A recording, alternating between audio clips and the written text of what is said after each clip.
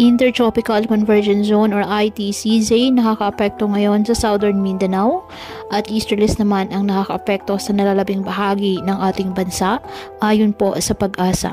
Samantala, wala namang bagyo o low pressure area na namamataan sa loob at labas ng ating Philippine Area of Responsibility na maaari makaapekto sa ating bansa.